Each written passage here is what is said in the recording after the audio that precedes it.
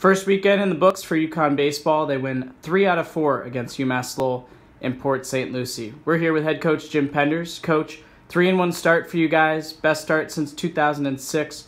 Kind of what were your overall impressions of the first weekend? Well, I thought the guys competed really hard, and I was, probably the biggest takeaway for me was the newcomers' contributions. They did a really good job of, they were thrown into the fire and they responded the right way. I mean, the three freshmen that were regularly in the lineup all, I thought they all played well. They each had a home run, which you don't see very often on the first trip. Every freshman gets a home run. Every newcomer had a home run. Isaac Feldstein too. So I was pleased with their contributions, and without Willie in the lineup, without John Toppa in the lineup, it didn't seem like our offense really missed a beat in terms of our competitiveness and the ability to have good at bats. I thought through the lineup, I thought we did a pretty good job of that, and those are probably the biggest takeaways. And then along with, we had 3 quality starts. 3 of the 4 were quality starts, and had some guys come out of the pen that, I think we still have to sort some things out there. We've got to figure some things out, but overall, pretty good pitching performances too. And the defense, I think, will get better every time out. Offensively, we talk about the Swiss Army knife offense. You guys were able to lay down some bunts. You were able to steal bases as well, 10 for 10 on the weekend. Just expected from the offense going in first weekend. Yeah, to be balanced. We were working on that. Coach Horgan's done an unbelievable job in the preseason of really stressing that and being disciplined with it. And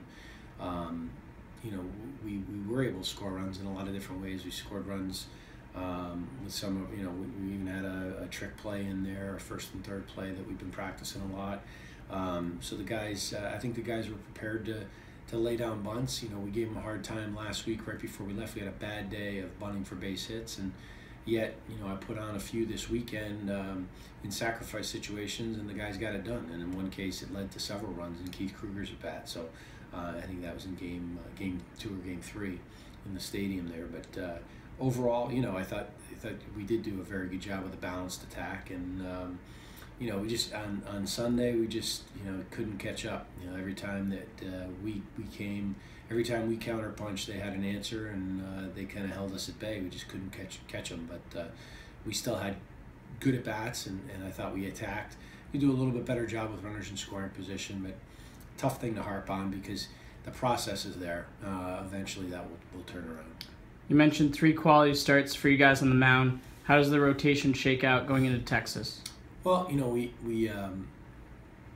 it's an important series. They're all important series. I think Doug Demnarski deserves another opportunity. So right now, Tim Cate's going to go Friday night, and Wills Montgomery's going to stay on Saturday, and we're going to give Doug another opportunity on Sunday. And everybody's entitled to a bad day. And Doug had a bad day last Sunday.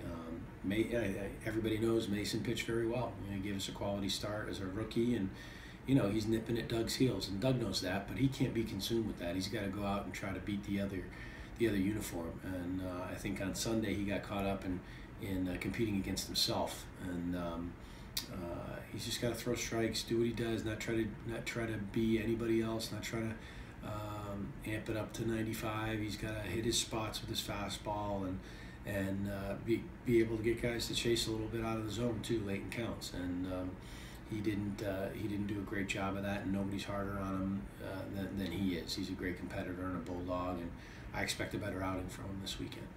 Who stood out for you in terms of the bullpen arms this weekend? Well, I mean, John Russell showed flashes in that first game, that first save. They each, it seemed like every single bullpen guy, with the exception probably of C.J. Dandino, at least made one mistake. And it seemed like UMass Lowell, every time you made a mistake, they were going to hit it. And it's a good offensive team. I think they're going to have a very good year. They had some big guys in the lineup with some pop and some all-or-nothing hacks at times, and a few times it was all because we left balls up. And but CJ did a really good job. I thought, Russell showed flashes, certainly in Ronnie Rosamondo's first appearance. He looked unhittable and dominant. Second outing, not so much. The velocity dipped. So we learned something there. But overall, Sam Nepiarski gave us a chance to win on Sunday with his outing. PJ Poulin pitching all 3 days, I thought was real progress from him. So Dan Rakowski, showed us what he can do. But everybody kind of made at least one mistake in their outing. So looking for a little bit more consistency out of the pen, and we're going to need that. What's the update on John Toppa going into this weekend? Right now, he's cleared to hit. He hit yesterday under some restrictions, but he did hit live. He's going to hit live again today on Wednesday. I'm going to try to get him some live at-bats tomorrow morning before we take off.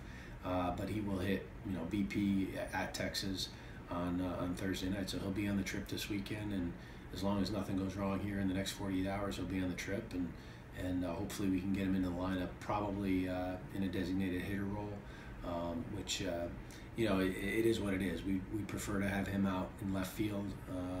Need to get him back, on the field, because it frees us up with our lineup. We're a lot more flexible if he can play a position. If he cannot, somebody's going to get lost in the shuffle there, and I don't really want to have anybody lost in the shuffle. We had some good at-bats from all of our guys last weekend. I'd like to play those guys regularly too.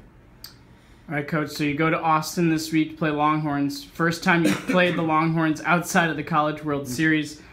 Going into a series like this, it has a Clearwater NCAA tournament type of feel. How do you temper emotions, or do you not talk to your guys about the emotions at all?